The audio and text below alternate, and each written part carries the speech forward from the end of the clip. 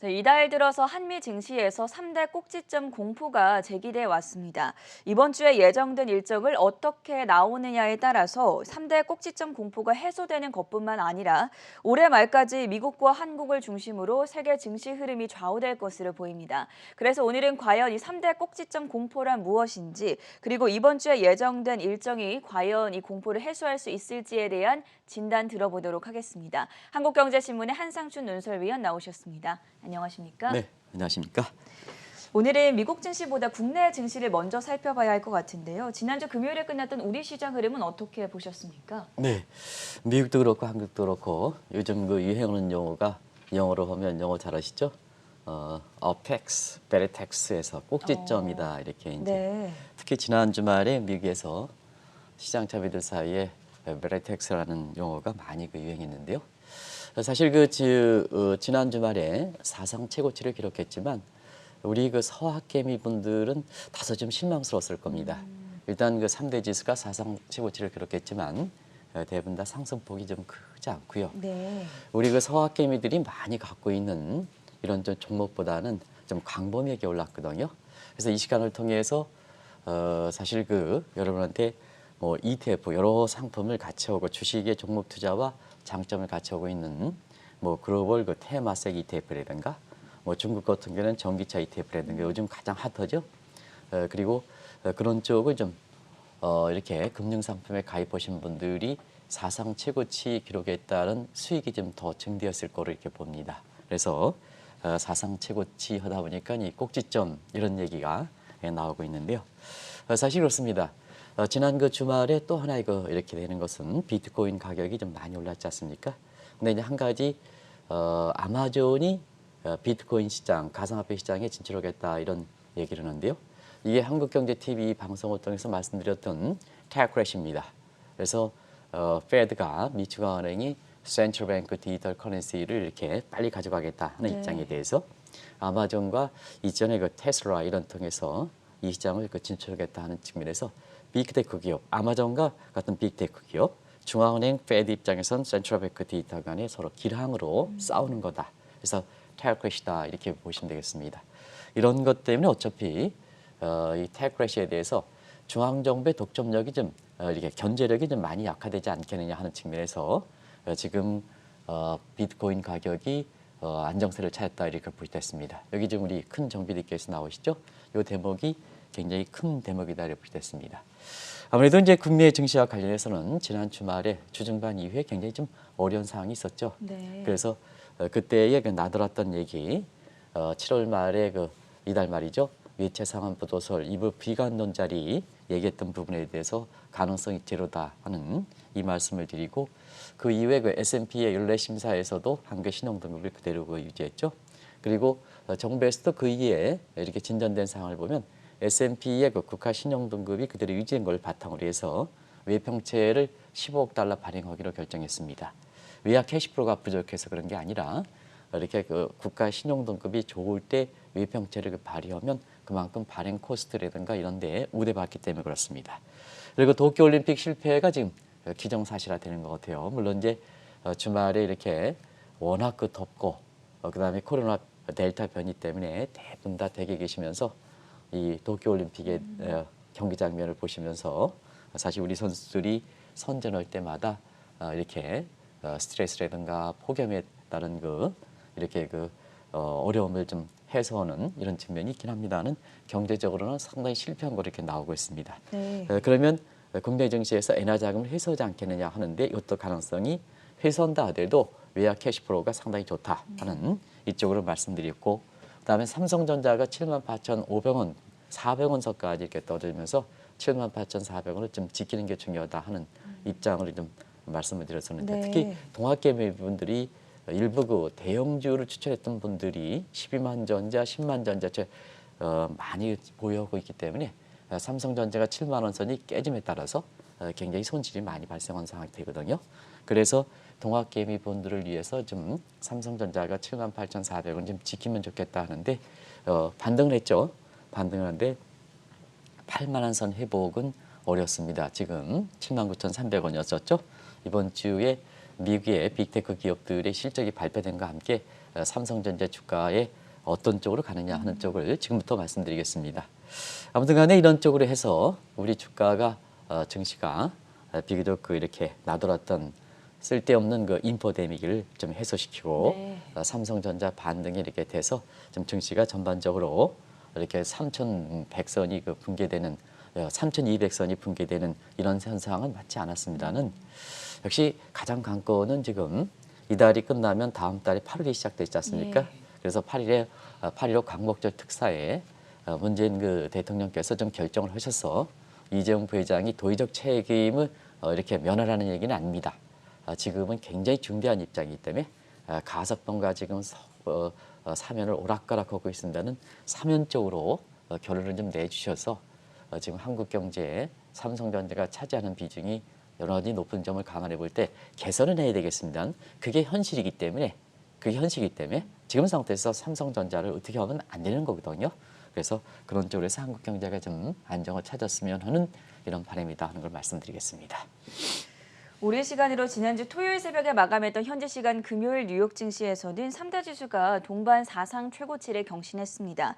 이에 따라서 그동안 미국 증시를 좀 눌러서 짓눌리게 했던 3대 꼭지점 공포가 해소되는 것이 아닌가 하는 의견도 나오던데 여기에 대해서는 어떻게 보십니까? 지난 주말에 우리 시간으로 토요일 새벽에 끝난 미국의 증시가 3대 지수가 사상 최고치를 기록했지만 네. 미국 언론과 한국 언론에 3대 지수 동반 사상 최고치라는 의미라든가 그 내용을 한국 언론이 더 많이 잡고 있습니다. 네. 그만큼 미국에서 보면 사상 최고치를 기록했지만 이후의 모습에 있어서는 그만큼 불안감이 많기 때문에 네. 사상 최고치를 그렇게 강조하진 않는다 하는 것을 말씀을 드리겠는데요. 지금 월가에서 나돌고 있는 트리플 어펙스라는 단어, 베르텍스라는 얘기, 3대 꼭지점 논쟁은 뭘까 하는 것을 좀 말씀드리겠습니다. 일단 기업들의 실적이 본격적으로 좀 발표되고 있죠. 그래서 이번 주가 끝나면 대체로 마무리될 거로 이렇게 보이는데요. 왜냐하면 이번 주에 S&P 500에 이렇게 편입되어 있는 업종 중에서 한 158개 정도가 발표될 예정입니다. 특히 서학 개미분들이 많이 갖고 있는 팡스라든가 마가트 업종들이 집중적으로 발표될 예정인데요. 대체로면 2분기가 정점이 될 것이다. 그러다 보니까 사상 최고치를 기록한다 하더라도 2분기가 정점되면 3분기부터 지금 떨어지니까 사상 최고치 의미를 그렇게 크게 부여하지 않는 겁니다. 그리고 또 한 가지는 성장률 보겠습니다. 이번 주 29일에 미국의 2분기 성장률 첫 번째니까 어드밴스 속보치가 발표되죠. 그래서 이번에 2분기의 성장률이 최고치에 도달한 후에 3분기 이후서부터는 시각이 좀 많이 엇갈리는데요. 네. 성장률 하락폭이 하락된다고 하지만 하락폭이 굉장히 큰 차이가 있습니다. 나중에 좀 말씀드리겠습니다. 그래서 2분기에 경기가 정점이 될 것이다. 역시 어펙 베르텍스의 두 번째다 이렇게 보여졌습니다. 그리고 이번 주가 이제 30일에 걸리는데요. 아시겠습니다. 연방부채 상한 어펙스 베르텍스가 걸리는 거죠. 이게 이제 2년간 유예된 시한이 이렇게 이달 말로 됩니다. 그래서 유예 연장이라든가 확대 실패 시에서는 피스칼 드래그 그냥 꼭지점에서 그대로 수지로 떨어진다 해서 또 하나의 정점이다 이렇게 보이겠습니다. 그래서 사상 최고치를 3대 지수가 기록했지만 국내 언론들이 오히려 더 크게 부각되고 미국의 언론들은 사상 최고치의 의미를 그렇게 많이 부여하진 않는다. 그래서 지난 주말에 3대 지수가 사상 최고치를 기록했지만 이 3대 꼭지점이 이번 주에 여러 가지 기업들의 실적, 성장률, 그다음에 연방부채 유예 상한 시한 이것이 결과에 따라서 해소가 총신화되느냐 아니면 더 악화되느냐 이 여부가 결정되지 않겠느냐. 그래서 이번 주에 앞서 우리 캐스터분들이 아주 이렇게 상세하게 전해주셨습니다는 이번 주는 연말과 관련해서 굉장히 중요한 한 주가 될 것이다 이렇게 보시면 되겠습니다. 그럼 과연 말씀해 주신 대로 3대 꼭지점 공포가 해소될 수 있는지에 대해서 알아보도록 할 텐데요. 먼저 이번 주에 테슬라를 필두로 2분기 기업들 실적 발표가 예정돼 있지 않습니까? 네, 사실 꼭지점이 이렇게 공포가 해소되려면 네. 어닝 서프라이스가 중요한 게 아니라 폭이 중요하다. 어닝 서프라이스 폭이 중요하다 하는 네. 이 말씀을 드렸습니다. 그러면 이제 어닝 서프라이스 폭을 결정할 때 투자는 미래이기 때문에 3분기에 기업들의 어닝 서프라이스가 어떻게 될 것이냐 하는 게 굉장히 중요하죠. 지금은 사실 2분기지 않습니까, 시청자분? 2분기 실적이 발표되는 겁니다. 그러면 실적 발표되면 그날은 좋아질 겁니다. 근데 그 지속 가능성이 있느냐 하는 측면에서는 3분기, 투자는 미래에 대해서 대비하는 거기 때문에 3분기가 더 중요할 거로 이렇게 봅니다. 지금 2분기 실적이다 보니까 이 지나간 거거든요. 이미 지나간 것. 그래서 그때의 어닝 서프라이즈로 그러면 그때의 심리적 효과에 의해서 주가는 좋아지지만 실제로 지속 가능성이 있는 여부에서는 2분기, 3분기 이후가 중요하다 이렇게 보게 됐습니다. 그런 측면에서 한번 보겠습니다.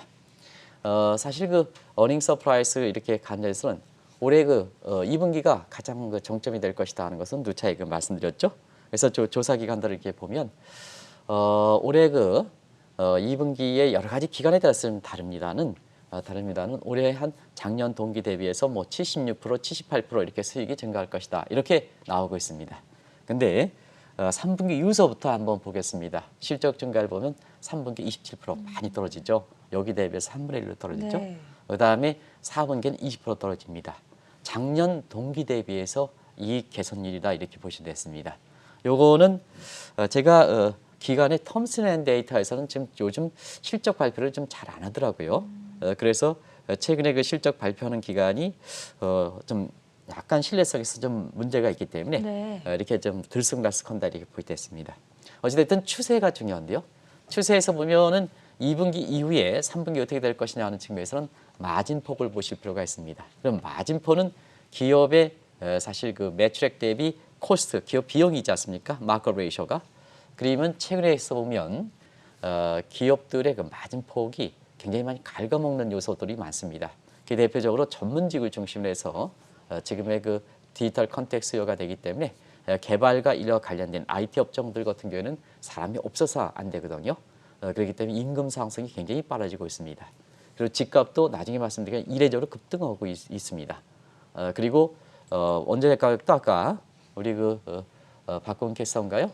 국제유가도 상승했다 이렇게 하는데요. 예. 전반적으로 고공행진을 지속하고 있습니다. 그러다 보니까 기업들 입장에서는 사실 이렇게 코스트적인 측면에서 비용이 증가하다 보니까 마진폭, 마진율이 자꾸 떨어진다 이렇겠습니다. 미시경제학에서요 마진율은 마크업 레이셔로 계포되겠습니다. 그래서 1분기에 마진율이 13% 정도인데요. 평균적으로 미국의 마크업 레이셔는 7% 정도입니다. 그다음에 이게 1, 4분기 얼마큼 높아졌는지 아시겠죠? 그게 실적으로 나오는 겁니다. 네. 2분기에는 7% 12.8%입니다. 근데 둔화됐죠? 그다음에 3분기에는 10%대다 이렇게 됐습니다. 그래서 전체적으로 마진율이 감소하는 것이 결국 임금 상승이 기업 코스트 들어가고 원재 가격이 기업 코스트 들어가고 그다음에 집값 상승이 임대료 들어가서 코스트를 들어간 거. 그래서 사실상 3분기에는 실적 이렇게 개선율이 많이 둔화될 것이다. 이런 점을 좀 참조할 필요가 있지 않냐 생각합니다. 그래서 이번에 이번 주에 S&P의 500 중에서 158개 정도가 무려 발표되는데요. 이 결과에 따라서 대형 기술주의 거품 논쟁이 아주 굉장히 거세질 것이다. 이렇게 이제 보시면 되겠습니다. 이번 주에 발표되는 중요한 대형 기술주들 실적 가운데 특히나 우리 시간으로 이제 오늘 밤에서 내일 새벽 사이에 발표가 될 텐데 테슬라의 실적에 가장 큰 관심이 모입니다. 테슬라 실적 전망은 어떻게 보십니까?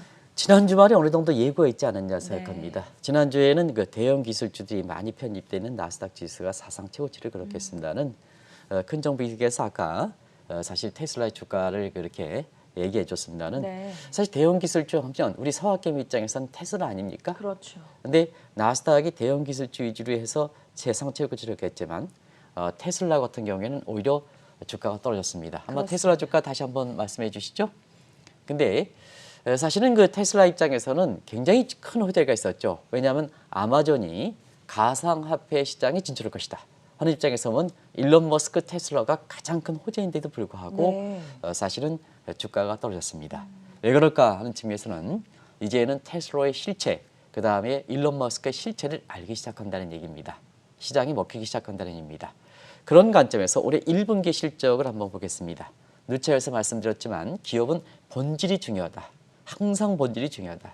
실적이 증가하더라도 상품을 팔아가지고 질이 좋은 상품을 팔아가지고 수익을 기록했느냐 하는 입장을 누님이 말씀드렸었는데요. 사실 1분기에도 질적으로 많은 문제가 있었죠. 전체적으로 어닝 서프라인데도 불구하고 질적으로는 굉장히 악화됐었죠. 왜냐하면 비트코인 장난쳤다고 이렇게 봅니다. 우리가 보면 12월 달에 비트코인 같은 경우는 본인이 다 사놓고 결제 자사 제품에서 결제 통화를 하겠다 하는 입장에서 비트코인이 올라가다 보니까 1분기 실적에 3,300억 이상이 1,100억 이상이 전부 비트코인 매도 차익에 의해서 기록했습니다. 본질은 그거죠. 그래서 시장은 똑똑합니다. 그래서 1분기 어닝 서프라이즈 기록한다 하더라도 사실 그 테슬라 주가가 1월 초에 880달러가 넘다가 한때는 600달러 밑으로 떨어졌습니다. 지금 네. 640달러대지만 어찌됐든 주가가 30% 이상 폭락하면서 서학개미들도 이제는 테슬라의 그 보유 종목별 10대 보면 한 7, 8위까지 내릴 정도로 과거는 압도적으로 이랬었는데요. 우리 서학개미들이 현무하게 대처하고 있다 이렇게 보겠습니다.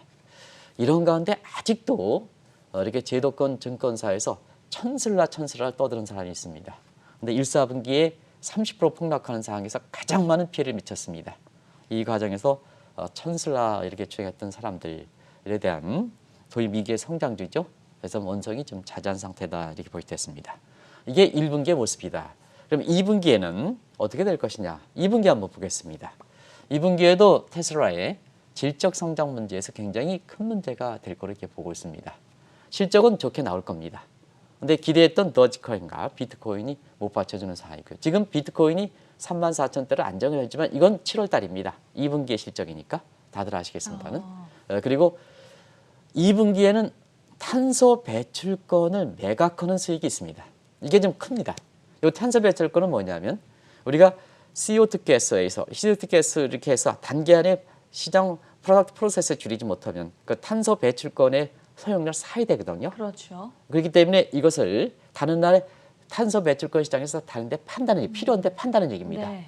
그래서 이 탄소 배출권을 이전에 살 때 낮은 가격에 살다가 지금은 탄소 배출권 문제에 대해서 굉장히 지금 뭐 이렇게 전 세계적으로 디스토피아 문제 해가지고 폭염해서 바이든 정부가 기후환경 변화, 윤리적 문제로 이상균을 다루게 되다 보니까 탄소 배출권의 가격이 굉장히 높아졌습니다.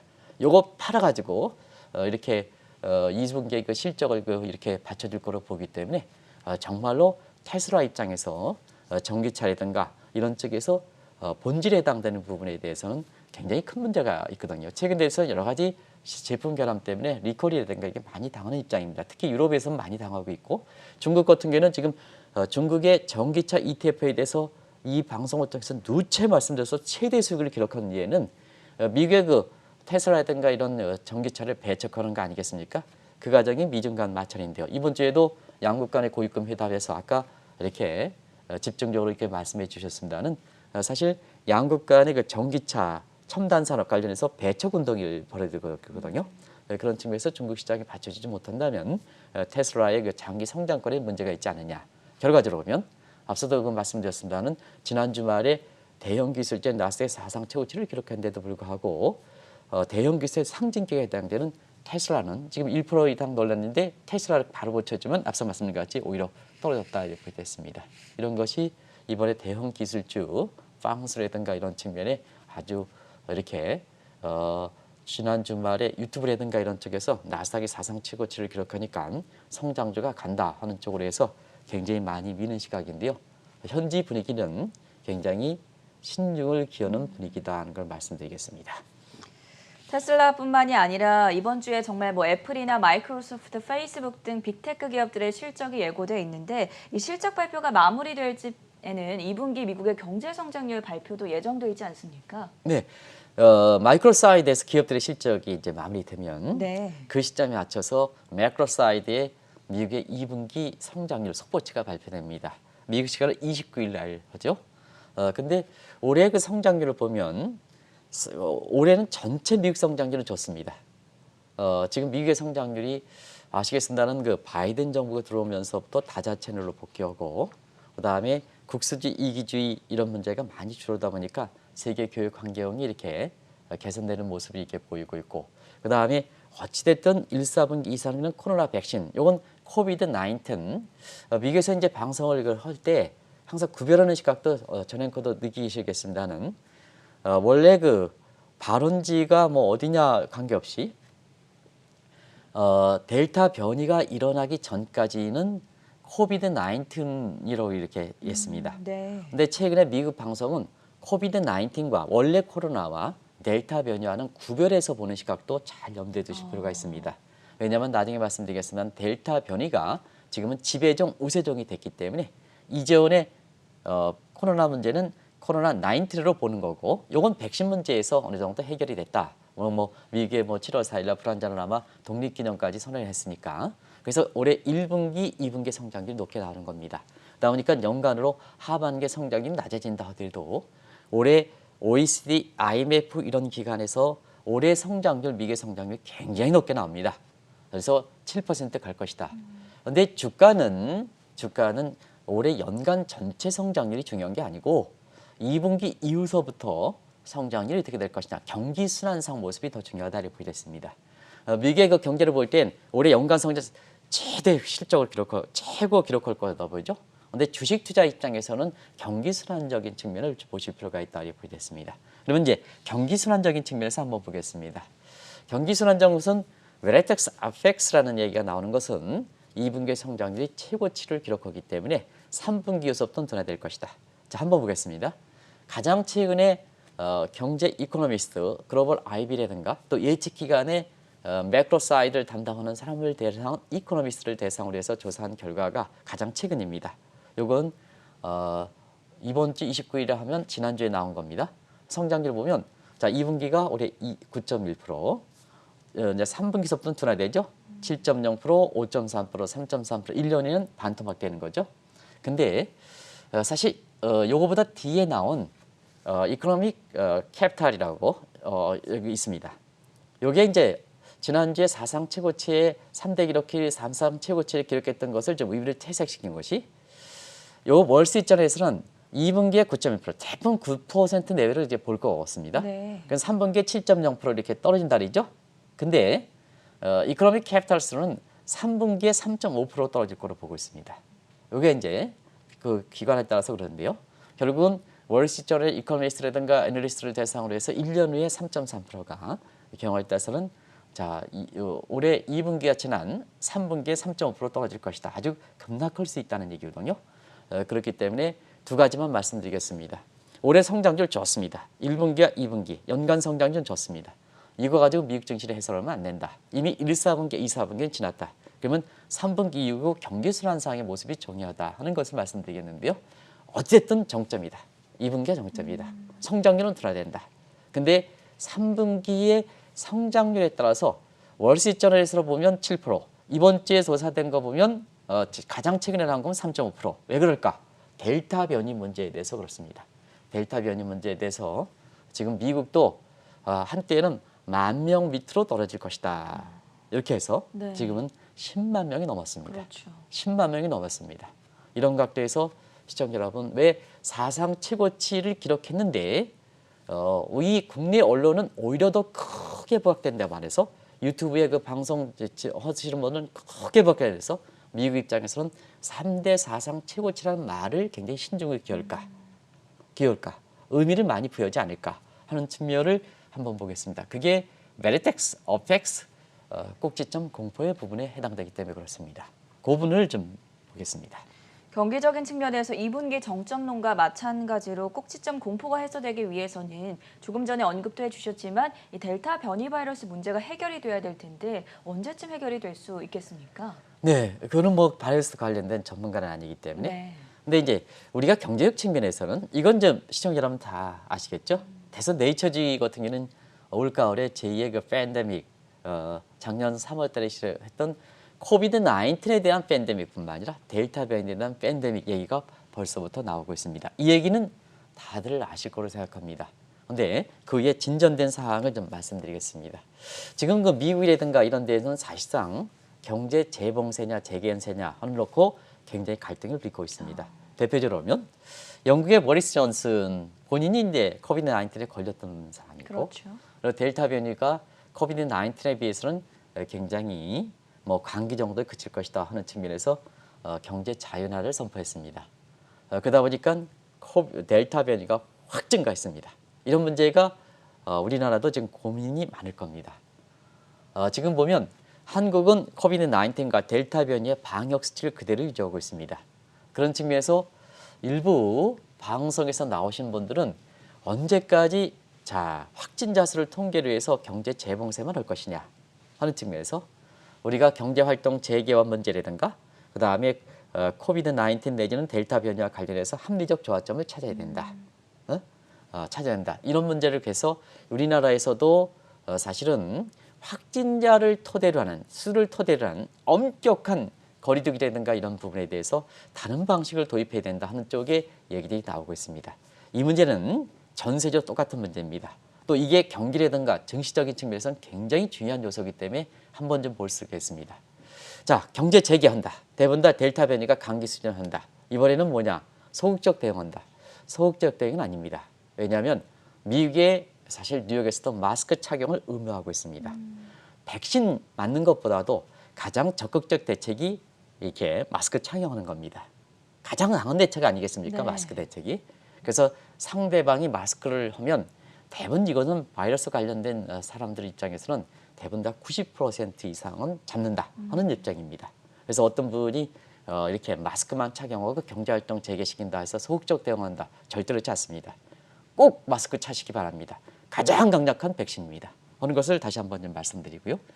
그래서 이와 마찬가지로 경제활동을 좀 자유화시키는데 이 델타 변이가 굉장히 빨리 있는 속도로 증가하거든요.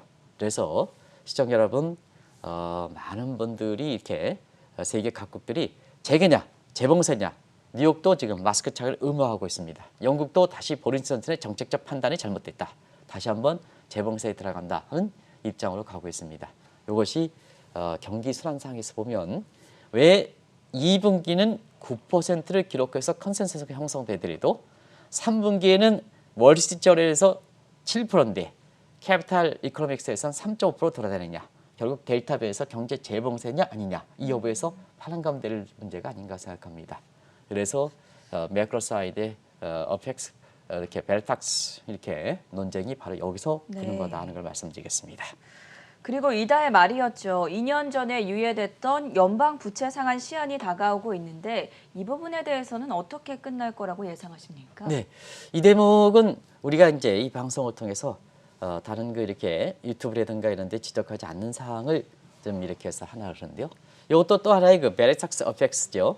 왜냐하면 2019년 이렇게 8월 달에 올해 그 2년 시한 올해 7월 말을 그 시한을 해서 트럼프 대통령이 재정 지출 많이 하고 대선이 있기 때문에 지출 많이 하니까 연방부채 상한을 이렇게 상한에 걸리는 문제를 유예시켰죠. 네. 또 그때는 이렇게 상원이 공화당이 우세 당이기 때문에 이게 가능했었죠. 근데 이제 이게 7월 말이 오거든요. 이게 이제 왜 꼭지점이냐 하면 자 지금은 딱 해서 이 연방부채 한 대 딱 차면요 그냥 수주로 떨어지지 않습니까? 이게 이제 정점이 된다는 얘기입니다. 우리가 원자재 같은 경우는 매장량이 이렇게 다 캐면 그 꼭지점이 되니까 더 이상 공급이 늘어나지 않으니까 원자재에서 피크 세어리에 해당된다고 됐습니다. 그런데 사실은 이 연방부채 한도에서 꽉 차면 미국은 엄격합니다. 엄격합니다. 규정대로 연방부채 한 대 꽉 차면요 바로 디폴트 문제가 제기될 수밖에 없습니다. 이렇게 2011년 이 악몽이 제기되는 것도 2011년 그렇지 않습니까? 어이구 당신네 달이 연방부채 한도를 정하는데 어떻게 이렇게 강화해야 되느냐? 미국은 규정을 하면요 반드시 지켜야 됩니다. 이게 미국의 선진국입니다. 우리는 규정을 만들었는데 여기에 부동산 관련해서 강남에서 그동안 옥죄다가 지금 대선이 있으니까 또 확 바꿔 그러면 그동안 정부를 믿고 부동산 대책과 관련해서 따랐던 사람은 뭡니까? 따랐던 사람은 뭡니까? 그죠? 그러다 보니까 뭐냐 정부가 스스로 바꿔 그러다 보니까 뭐 이렇게 강남에 있는 사람들도 아무리 뭐 이렇게 재산세 높게 해봐라 종부세 높게 해봐라 정권만 교체되면 바뀌는데 지금도 바꾸고 있지 않느냐 하는 문제거든요. 근데 이게 선진국과 후진국 우리가 후진국이다 나중에 이제 우리가 선진국일까 그 다음에 신흥국일까 하는 것은 한번 좀 말씀드리는데 지금 시간이 이렇게 그 긴박한 상황들이 되기 때문에 우리가 과연 선진국인가 하는 것을 조금 시간을 갖고 좀 이렇게 시간이 날 때 좀 말씀드리겠습니다. 궁금한 사항이 있으니까. 그래서 연일 문재인 대통령 정부에서 선진국이다 하는데 그렇지는 않습니다. 그걸 좀 보겠습니다. 그런 측면을 한번 보겠는데요. 그런 측면에서 미국은 이렇게 규정을 지켜야 되기 때문에 여기 연방부채한테 딱 되면 왜 정점론 되느냐 하면 일단은 모든 경비를 줄여야 됩니다. 그러다 보니까 공무원은 집에 가라 이렇게 합니다. 재택근무합니다. 재택근무하다 보니까 뭐냐 이 공무원들이 바로 있잖아요. 미국은 주급 체제 내지는 반월급 체제이기 때문에 이렇게 안 주면 공무원들이 다른 제2의 잡을 찾아야 됩니다. 네. 연방제. 이게 이제 현실화되는 상황이거든요. 그리고 적재부채도 발행할 수가 없습니다. 미국의 추경 편성 더더욱 안 됩니다. 우리는 문제가 되면 추경 편성 뭐 이렇게 주먹구기식 추경 편성하는데 미국은 안 됩니다. 그렇기 때문에 의회에서 국민의 대표기관인 의회에서 이 연방부채 문제는 결국 미국의 국민들한테 전가되는 거 아니겠습니까? 그러면 국민의 대표기관에서 결정을 해줘야죠. 그래서 의회에서 먼저 결정을 해줘야 되는 겁니다. 그래서 그때까지는 일반 공무원들 전부 셧다운 되는 겁니다. 적재부채 발행도 안 되고 이런 문제거든요. 그런 측면이다 이렇게 보여졌습니다. 그래서 이때 당시에는 2012년 대선을 겨냥해서 결국 오바마 정부와 미트 롬니, 트럼프 대통령의 친구죠. 그때 당시엔 대통령 후보입니다. 그래서 미트 롬니가 이래서 지금은 이제 트럼프와 또 이렇게 갈등 관계라 그러대요. 근데 미트 롬니가 국민을 생각해야 된다 하는 입장에서 대타협이 되니까 네. 결과적으로 이 문제가 지나갔던 겁니다.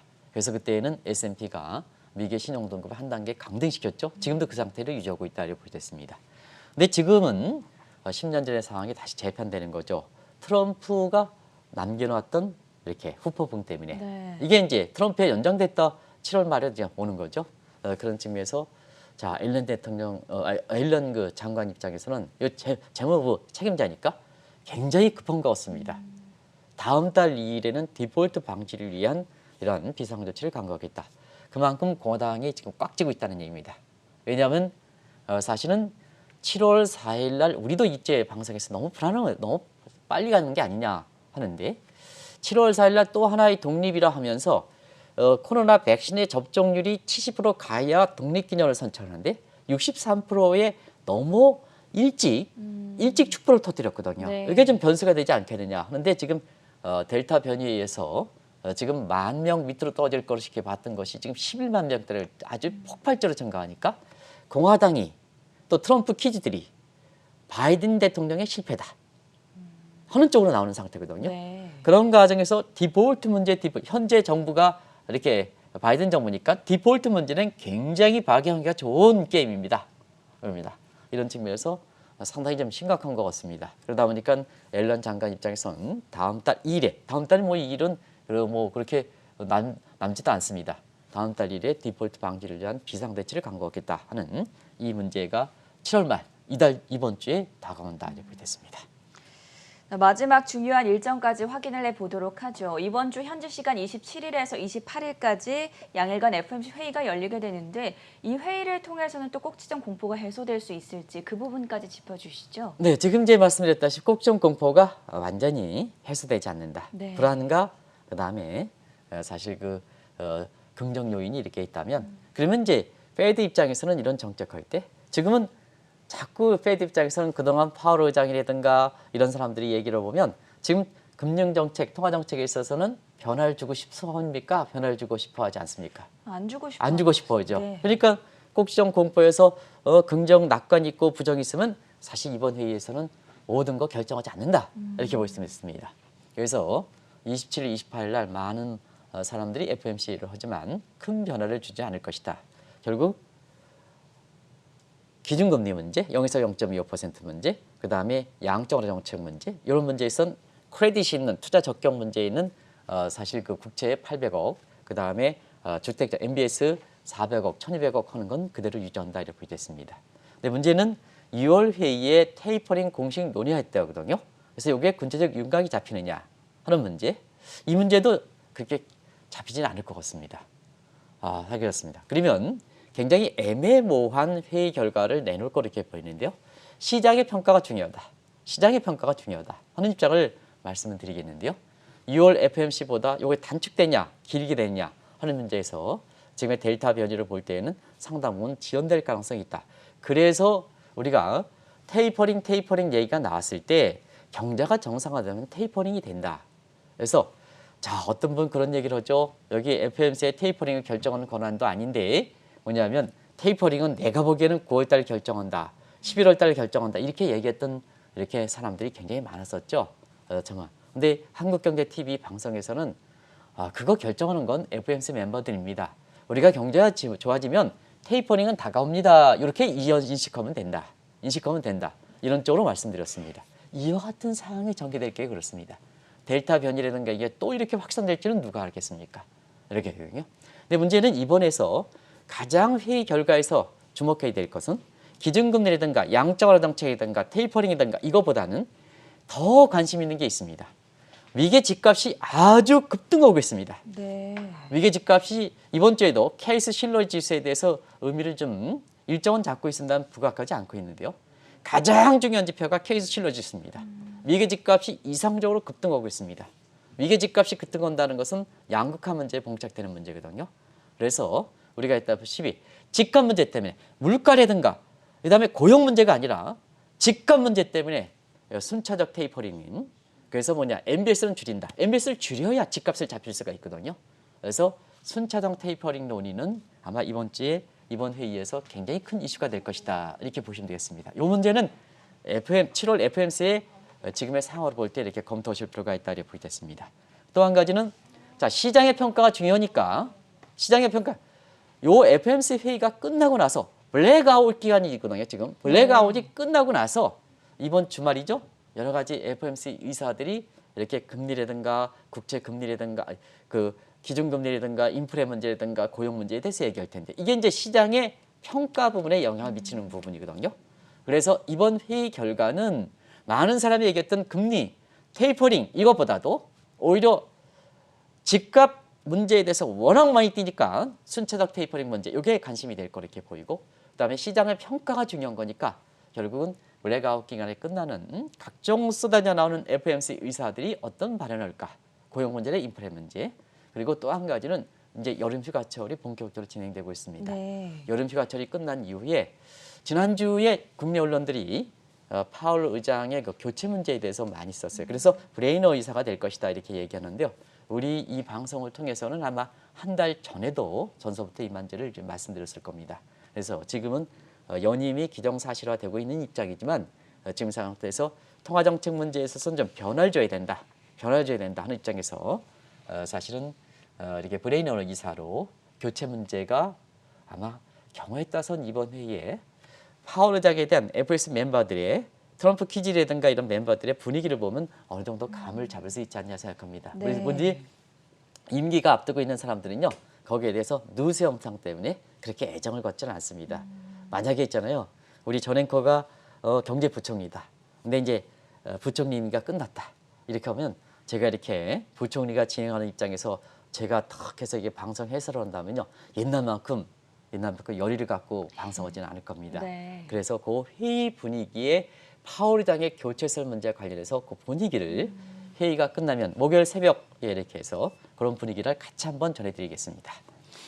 오늘은 한국과 미국 증시에서 제기되고 있는 3대 꼭지점 공포에 대해서 이번 주 예정된 중요한 일정들을 바탕으로 과연 어떻게 해소를 할 수 있을지 여러 가지 질문에 대한 답변들 들어봤고요. 지금까지 한국경제신문의 한상춘 논설위원과 함께했습니다. 고맙습니다. 고맙습니다.